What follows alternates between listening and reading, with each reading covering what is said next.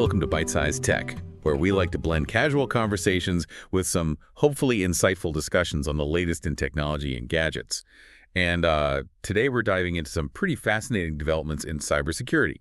We'll be looking specifically at gaming operating systems and user data, so get ready to hear about things like BootKitty, Riot Games' anti-cheat program, and even Niantic, the creators of Pokemon Go, using AI to map the world. So buckle up, grab your favorite tech gadget, and let's get started. You know, it really highlights how interwoven these areas are. I mean, we tend to think of gaming operating systems and user data separately. But when you look at cybersecurity, they're all part of the same kind of intricate web. Oh, absolutely. And speaking of webs, let's talk about this BootKitty thing. This one really caught my eye because, let's be honest, when you hear Bootkit, you usually think Windows, right? But BootKitty is targeting Linux. Yeah, that's right. And that's what makes it so interesting, you know? It's a proof of concept that targets the UEFI secure boot process, which is basically designed to make sure that only trusted software can run when you boot up your computer. Okay, so for those of us who aren't, super familiar with all the technical jargon, could you maybe break down UEFI secure boot a little more? Sure. Think of it like this. It's kind of like a digital bouncer at the door of your computer, checking IDs to make sure everyone coming in is legit. This bouncer uses digital certificates to verify the software, and BootKitty essentially slips past the bouncer by exploiting vulnerabilities in the system, allowing unauthorized code to run. So it's like a hacker with a fake ID getting into a club. Exactly. And that's why it's a potential concern, even for systems with secure boot enabled. What's particularly interesting about BootKitty is that it disables kernel signature verification and hooks into system functions to, do its dirty work. Kernel signature verification. That sounds intense. What exactly does that mean? Yeah, it's basically another layer of security. Imagine the bouncer checking a second form of ID just to be extra sure. The kernel, which is like the heart of your operating system, it has a digital signature to prove its authenticity. And BootKitty bypasses this check too, making it a pretty sneaky little program. So how worried should Linux users be about this? Is it time to hit the panic button? Well, not quite. BootKitty is still in its early stages. And as it stands, it's more of a proof of concept than a widespread threat. It relies on very specific patterns, it has limitations, and it can even crash under certain conditions. But it does signal something important, that the threat landscape is expanding beyond Windows. It's a reminder that no system is entirely impenetrable, and that we need to be vigilant across all platforms. It's a good reminder that cybersecurity is a constantly evolving field, and that we can't afford to be complacent. But wait, didn't you say that this BootKit was created by a cybersecurity student? Yes. It really is a testament to the ingenuity of, young minds in the cybersecurity field. This student's work highlights not only potential vulnerabilities, but also the incredible talent that's emerging in this area. That's both impressive and a little daunting. On the one hand, it's great that people are finding these vulnerabilities, but on the other hand, it makes you wonder what else is out there. Well, that's the nature of cybersecurity, right? But speaking of proactive approaches, let's shift gears and talk about Riot Games. They've taken a very interesting approach to addressing vulnerabilities. You mean their anti-cheat bug bounty program? I read about that. It seems like they're saying, hey, hackers, find our flaws and we'll pay you for it. You got it. They're offering some serious cash, up to $100,000, for anyone who can find and report vulnerabilities in their anti-cheat engine. Wow, that's a big incentive.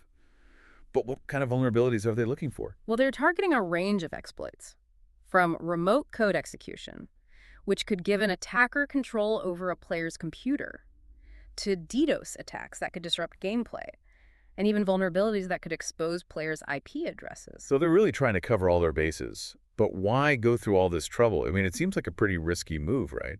It might seem risky, but it's actually a very clever strategy. Yeah. By incentivizing ethical hackers to find and report these vulnerabilities, Riot Games is essentially getting ahead of the curve. They're acknowledging that their systems aren't perfect, and that there might be weaknesses out there. I guess it's a lot better than having those vulnerabilities exploited by malicious actors. Exactly. This program is a proactive approach to security. It allows Riot Games to fix vulnerabilities before they can be exploited, which in turn strengthens their security, builds trust with their players, and ultimately creates a more secure and enjoyable gaming experience. Plus, it recognizes the crucial role that ethical hackers play in making the digital world safer. It definitely seems like a win-win situation for everyone involved. Yeah. But remember that whole Activision debacle where their anti-cheat system was mistakenly banning players? Oh, yeah. That's a great example of why this kind of program is so important. Activision faced a huge backlash and had to scramble to fix the issue. Riot Games seems to be learning from those mistakes and taking a more transparent and proactive approach. It's almost like they're saying, we're not going to pretend our systems are perfect. We're going to actively work to make them better, and we're going to enlist the help of the community to do it. And that kind of transparency and collaboration is essential in the cybersecurity world. It's all about building trust and working together to create a safer digital environment. Well said. So we've talked about bootkits targeting Linux and a game company incentivizing hackers to find vulnerabilities. Now let's dive into something a little different. Niantic, the company behind Pokemon Go, and their foray into AI-powered spatial intelligence. Yeah, this one's fascinating because it takes us beyond the traditional realm of cybersecurity and into the world of data privacy and ethics. We're talking about a company that's using player data to build a massive virtual world. Okay, so for those of us who haven't played Pokemon Go in a while, or ever, can you explain what Niantic is doing? Sure. Niantic's ambition is to become an AI-first company. And what's interesting is they're leveraging the data collected from Pokemon Go players to achieve this. This includes things like images, locations, and even the time of day people are playing. They use this data to create a 3D map of the world, which forms the basis of their virtual positioning system, or VPS. So every time someone catches a Pikachu in front of a landmark, they're actually contributing to this massive 3D map. Precisely. It's like crowdsourcing map making on a global scale. And this 3D map isn't just for Pokemon Go. Niantic envisions a world where their VPS powers a whole range of augmented reality experiences. Imagine a future where your phone becomes a lens into a layered reality, filled with digital creatures, interactive games, and information tailored to your location. That sounds incredible. But I imagine this also raises some serious privacy concerns, right? I mean, we're talking about a company collecting massive amounts of data about where people go and what they do in the real world. You're spot on. That's the big question here. What happens to all that data? How is it being used? Are players truly aware of the digital footprint they're leaving behind? We'll delve into those questions and discuss the potential trade-offs between innovation and data privacy when we come back. Welcome back. So before we went to, well, not a break because, this is a podcast, we were talking about Niantic and the implications of their data collection. It really does get to the heart of a crucial question we face with so much of today's technology. Yeah. How much are we willing to give up in terms of privacy for these incredible experiences? Pokemon Go was a global phenomenon. People were walking around glued to their phones, catching virtual creatures. It was amazing to see. But now we're realizing that all that gameplay was also generating a massive amount of data. Right. And Niantic is very open about their intentions to use that data to build their Lightship platform, which will power a wide array of AR experiences. They argue that this data is anonymized and aggregated, meaning they strip away any personally identifiable information. And just look at the overall trends. So they're saying they're not tracking individuals, just collecting data about general patterns of movement and behavior. Yeah, that's their claim. They say they use this data to improve their products and services, to understand how people interact with the real world, and to create even more engaging and immersive AR experiences. But how can we be sure that this data is truly anonymized? I mean, there have been cases where companies have claimed to anonymize data, but then it's been de-anonymized later on. That's a valid concern, and it's why the debate about data privacy is so complex. There's a real tension between the potential benefits of this kind of data collection, things like personalized experiences, improved city planning, and even advancements in scientific research, and the potential risks to individual privacy. It's like a digital balancing act, trying to weigh the pros and cons of progress and privacy. What are some specific examples of how this data could be misused? Well, for starters, even if the data is anonymized, it could potentially be used to identify individuals through a process called re-identification. This involves combining the anonymized data with other publicly available data sets to piece together someone's identity. That's pretty unsettling. It's like a digital jigsaw puzzle, where someone can take seemingly anonymous pieces of information and put them together to create a complete picture of who you are and where you've been. Exactly. And then there's the issue of data breaches. Even if a company has the best intentions, they could still be vulnerable to hackers who could steal this data and use it for malicious purposes. So it's not just about what the company intends to do with the data, but also about what could happen if that data falls into the wrong hands. Exactly. And that's why transparency and control are so important. Users need to be informed about what data is being collected, how it's being used, and they need to have the ability to opt out if they're not comfortable with it. It all comes back to that classic dilemma. If the product is free, you are the product. We might be enjoying these amazing AR experiences, but we're also paying for them with our data. And the question is, are we getting a fair deal? That's the million-dollar question. And it's something that each individual has to decide for themselves. But having this conversation, being aware of the trade-offs, and demanding transparency from companies, those are all crucial steps in navigating this complex landscape. Well said. So let's zoom out a bit and look at the bigger picture. We've covered three seemingly different cybersecurity stories today. BootKitty Riot Games' bug bounty program and Niantic's AI-powered spatial intelligence. But they all seem to be pointing to a common theme, wouldn't you say? Absolutely. They all highlight the dynamic interplay between innovation security and privacy in the tech world. On the one hand, we have these incredible advancements. A student creating a proof-of-concept Bootkit for Linux, a game company proactively working to secure their systems, and a company building a massive virtual world from user data. But each of these advancements also comes with its own set of challenges and risks. It's like every step forward in technology also opens up new possibilities for both good and bad actors.